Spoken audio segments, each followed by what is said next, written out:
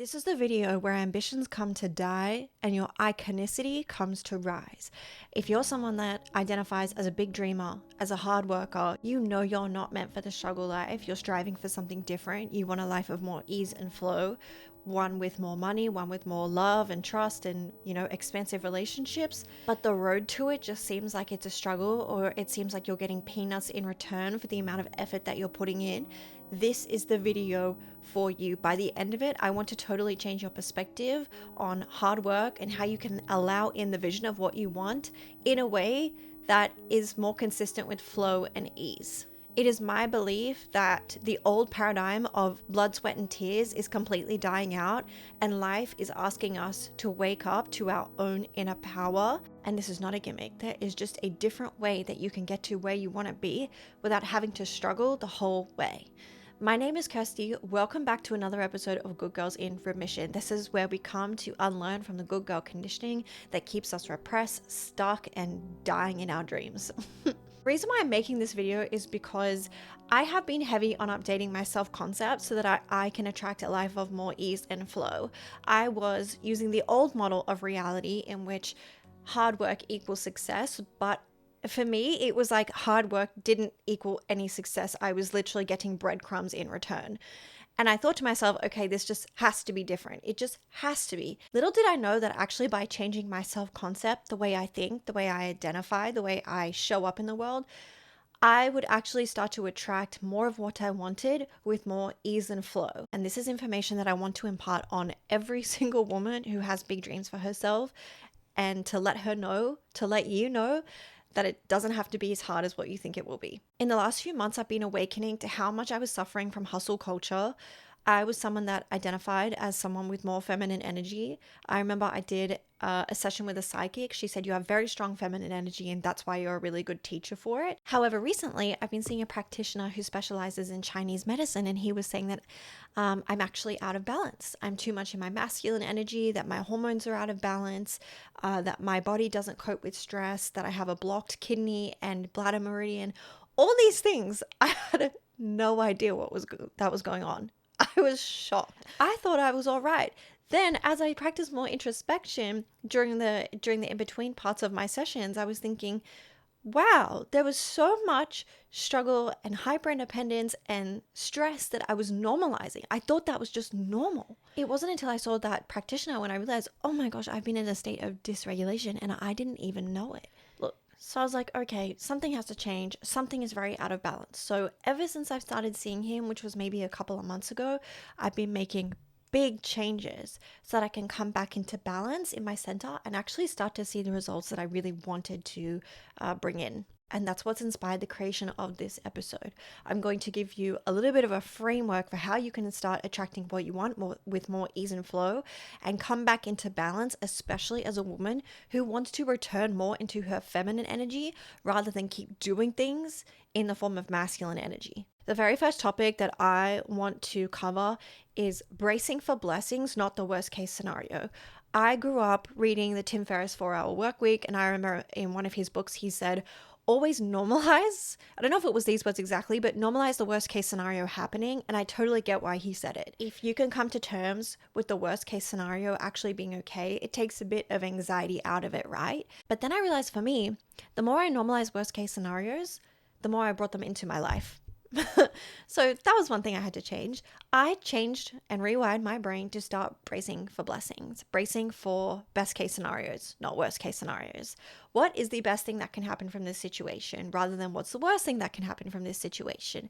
This single-handedly has had a huge impact on regulating my nervous systems, that I'm no longer bracing for impact, which is causing tension and stress in my body and also blocking those energy streams. I'm now relaxed and opening up to the flow, and I feel safe to be in that more feminine energy, which is coming from a place of receivership. Especially if you're a woman, if you're blocking your receivership energy because you're bracing for the worst case scenario, it's going to make it really hard for you to receive anything good in your life because you keep normalizing worst case scenarios. We can use this example in dating to say, if I can just be okay with the idea that this guy doesn't value me, that this guy doesn't like me, that this guy has problems or whatever, and it's not about me, I found myself going back into all these old coping mechanisms, and I thought, this is just a really shitty way to live. It's a really shitty way to exist, and I'm kind of bored of it. I decided to take my attention off it completely and shift the focus back onto me. I'm going to normalize best case scenario now. Best case scenario, everything's working out for me. Best case scenario, I get what I want and it comes easily and quickly. You start building up that momentum, but it has to start with you first. The way that you think, the way that you speak, the way that you identify. And we're going to get more into the ambition dying in a sec, but just piggybacking off what I was just talking about, another point that I want to bring up is just calming the fuck down. When you're an ambitious woman and you have big dreams and you're all G'd up and you're all ready to just keep going and pushing through, it's really easy for your nervous system to get revved up, and also for you to attach your self-worth to what you're seeing on the outside. Because if you identify as an ambitious woman, but you're still living in a reality that doesn't reflect that just yet, more likely your disapproval of that reality is what's going to fuel more of that ambition, more of that hustle, more of that desire to do, be, have, you know? I want you to have a look at what your motivations are, because chances are, I think this is true for a lot of us, a lot of our motivation is derived from shame, fear, lack, and scarcity. This is where I want your ambition to die and your iconicity to rise. Ambition is where you do something to become something. Iconicity is where you become something in order to do something. It's the reverse. In simpler terms, ambition is chasing, iconicity is being. Ambition is saying, in order to feel blank, I have to do XYZ. Iconicity is saying, in order to do something, I have to be XYZ. For example, in dating, ambition is saying, I want to get married. I want to have a husband so that I can feel stable, grounded, and loved unconditionally.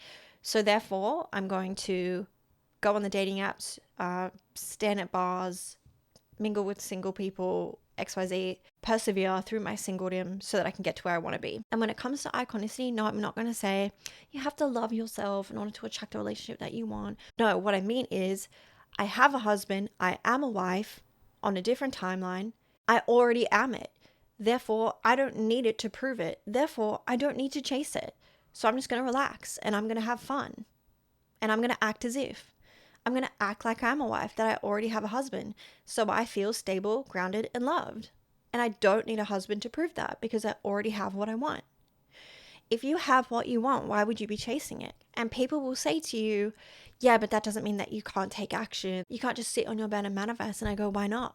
I've attracted job opportunities from lying on my bed doing absolutely jack shit. Every relationship I've ever gotten into was just because I was living my life and that guy came up to me. I wasn't chasing. If you feel inspired to do something, do it. Absolutely.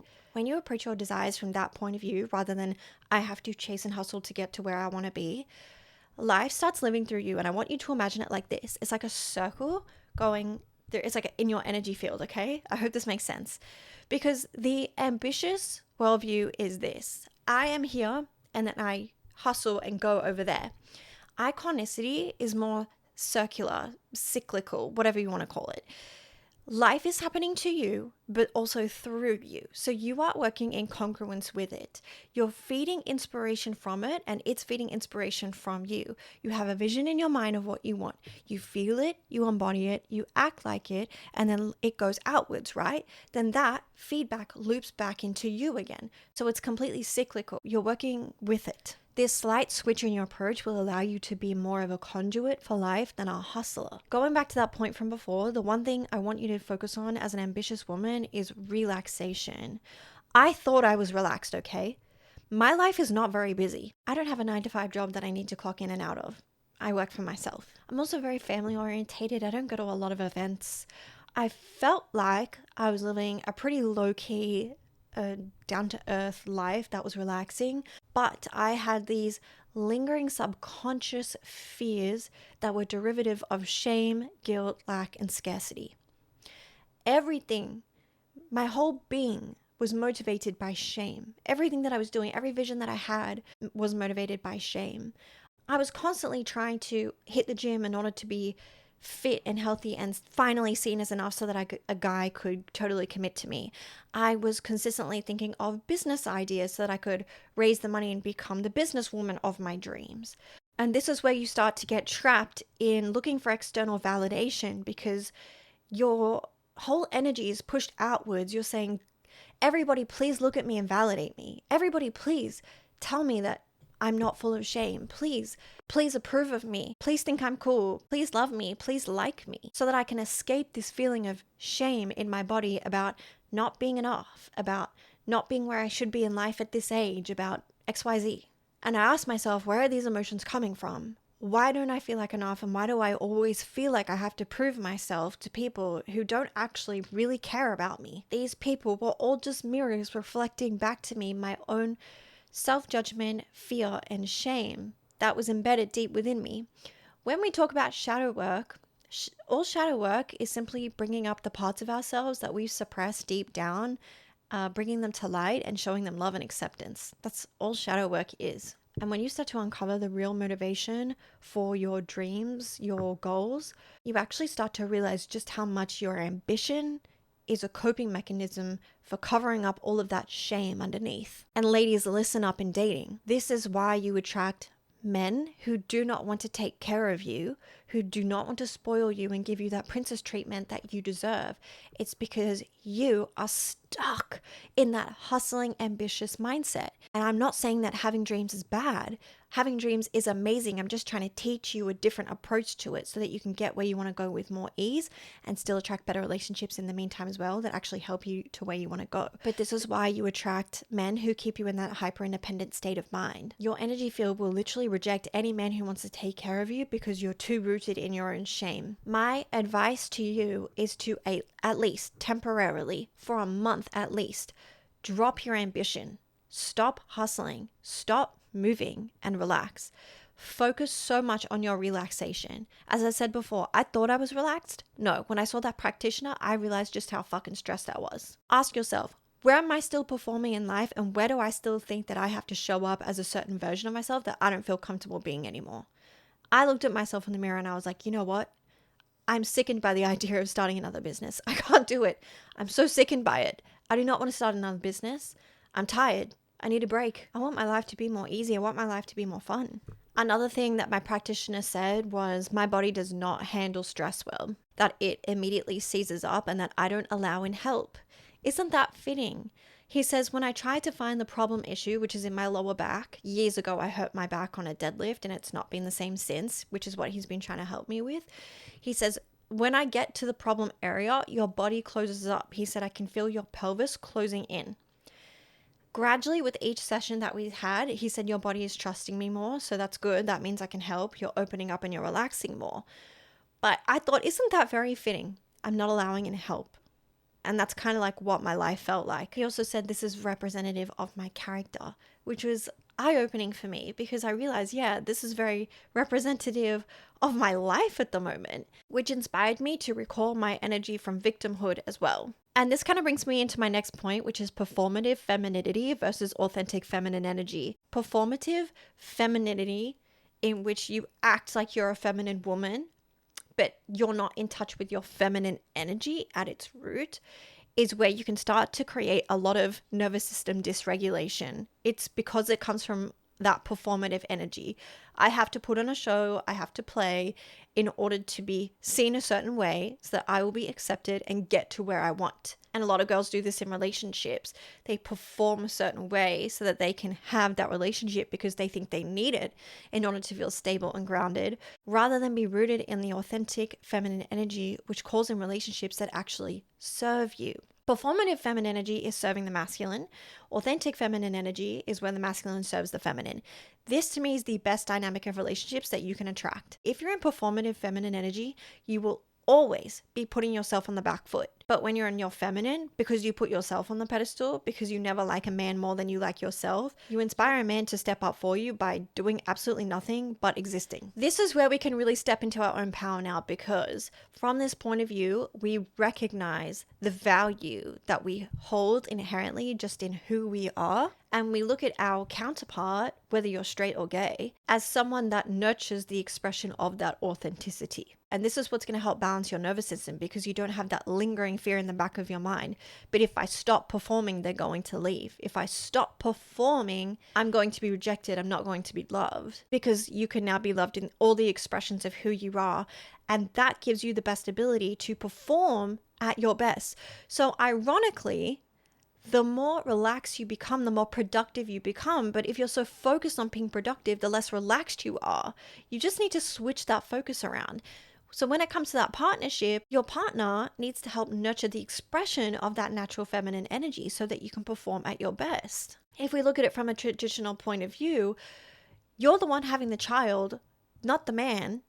You're the one who's breastfeeding even post-birth. You're the one who's doing the most nurturing. So obviously it just makes sense that the man is going to serve you so that you can do your job as a mom. Ideally, there'd be a community helping you raising your children, grandparents, parents, etc. That's just what makes the most sense, doesn't it? But even in a relationship where there are no children, it still makes sense for the masculine to serve the woman. Because when the woman is relaxed, when the woman is in her nurturing energy, when the woman is self-regulated, she can then give the most support back to her partner. She can reciprocate at a higher level. But when we put conditions on the reciprocation of performative femininity, that's when slavery disguised as teamwork comes into the picture, and we see a whole generation of dysregulated women. Slavery disguised as teamwork is this whole 50-50 nonsense where we have to split everything down the middle, where you're expected to still do your feminine duties because that's just the way it is, right? That's just life. But if you expect anything more, you're then called a gold digger or too much. By the way, I'm going to save that whole topic for a whole nother video because there's so much I want to say on it. But right now I just want you to focus on doing everything that you can to regulate your nervous system. If you need to, go and get a Chinese medicine practitioner for yourself. That'll really help. Look into some loose leaf teas. This has been my recent hobby.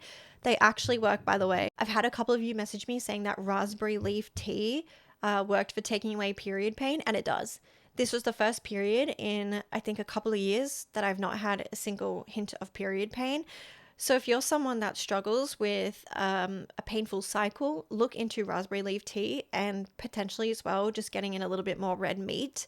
Each week I just have one steak a week, and that's also been a game changer in just helping me stabilize my blood sugar levels, which also keeps me regulated. And then do some inner recon and have a look at your relationships. Really decipher for yourself, is my romantic relationship serving me? Is it helping me become the best version of myself? Or do I feel like I'm locked into this performative femininity where the benefits of who I am and what I can do for you are just expected and taken for granted, and you're not shown appreciation for it? Look at your friendships, look at your job. Is it supporting your nervous system? Is it supporting your authenticity? Is it supporting your growth and the vision of what you really want to call in your life? And I totally get that we have in between jobs where we just need a bit of cash in order to get to where we want to go. That's fine. But protect your peace like it's your job. Protect your peace like it's your job. Even just by regulating my nervous system and balancing my hormones a bit more, I have noticed a huge surge in my creativity and my motivation. I hadn't done these podcasts for like a couple of months because my creativity was so out of whack. I couldn't get a clear idea on what I wanted to go. My motivation was out. I was blaming editing for these videos. I said I hated editing. Guys, I've been editing these past couple of videos and I smashed it out in like an hour or two. I don't even know what I was complaining about. I think it was all just excuses because I just didn't feel aligned with my authenticity. I just felt demotivated. And why would I feel motivated when I realized that my motivation for pretty much everything in life was rooted in shame, guilt, lack, and scarcity? Do you think that's a really positive momentum that's going to keep me going and achieving the things that I want in life? No. So get real with yourself. Why do you want what do you want? And do you really want it based on the reasons that you think you want it? Magnetic women who get what they want with ease get it because they're in flow, because they're in touch with who they really are, because they're not performing for anyone. And if someone's going to try and push me into a box, because who am I to expect what I want? I'm going to shoot it right back at them and say, who are you to tell me who to be? Who are you? Shame on you, not me. I've noticed that people are very quick to give you advice when it comes to perpetuating your struggle, but when it comes to getting you out of struggle, they'll leave you, they'll abandon you. It's always, but this is the way life is. How dare you ask for more? How dare you? What they're really saying is, I'm okay and comfortable with this level of struggle, so why shouldn't you be? Are you going to challenge my perception of life? Are you going to challenge what I'm comfortable with? How dare you? When the whole time it's literally got nothing to do with them. I'm not going to tell someone how to live their life. So if someone comes up to me and says, why do you expect what you expect? You shouldn't be asking for so much. You should be doing this. You shouldn't be doing that. I literally just look at them like they're an alien. And I go, you have no idea how many women are out there actually living the life that you say we shouldn't be living and are thriving. You have no idea how easy it can be. And I want to say this to you as well. There are a lot of women out there who have totally nailed this and are living the life that they want. And you can do this too. I'm on this journey with you too. That's why I'm enjoying making all these videos on the self concept, because I'm doing it at the same time as you. And I'm telling you, it's working. It's so working. And just stay tuned. Like, just keep going with it. Just keep being persistent with it. And just the last thing I want to leave you with here as well is to just remember that, sounds so cliche, but you are the creator of your reality. So please do not ever fall back into victimhood in which you think that someone has wronged you, that life has betrayed you, that life doesn't have your back, and that you need to struggle or overcompensate for a lack of support in your life, because you are the support that you need. And I don't mean that in like a, you're all that you need, you have to do this all by yourself, because you don't. You have entire universal support at your fingertips. Your life can change very quickly, so much quicker than you know. Keep yourself calm, keep your nervous system regulated, keep seeing the value in who you are, not just in what you can do or how you can perform to benefit someone else's life. Look at how life serves you. And when you find the thing that's not serving you, ask yourself, where am I letting myself down? What can I give myself in this situation that I'm not getting from that person or that thing that I think has hurt me? Anytime you feel some type of resentment or disappointment or feeling of being let down by a job or a relationship or something, bring it back into yourself and say, I'm here now and I'm able to give you what you're looking for in them. That will just take the sting out of the disappointment, and it will also remove the need to chase someone or to send them long text messages. Why didn't you show up for me in the way that I wanted you to? You can have what you want with ease. So put away all those old habits rooted in chasing and validation and shame and guilt, lack and scarcity. And now start rooting your decisions from a place of abundance, love, and overflow, because you are the source. Really feel that when I say those words. You are the source of what you want. If you want money, you are the source of money. If you want love, you are the source of love. And as I always say, borrow the confidence from guys around you. Their confidence and audacity continues to astound me every single day. Like, if women could just borrow even 20% of men's confidence, the world would be a completely different place. If you could have the same confidence to say, of course I'm going to get what I want. Guys are falling at my feet. I can show up on a date in rugby shorts and I'll still be chosen. But anyways, that wraps up today's video, and I hope you feel a little bit more inspired to stay in your iconicity and just let your ambition just die off. Just try it out, trust me. Life does not need ambition from you in order to deliver to you what you want. Just relax and allow it in, because you as a woman, just by existing, are totally more than worth it. And that's iconic. That's all for today. Thank you so much, and I'll see you soon.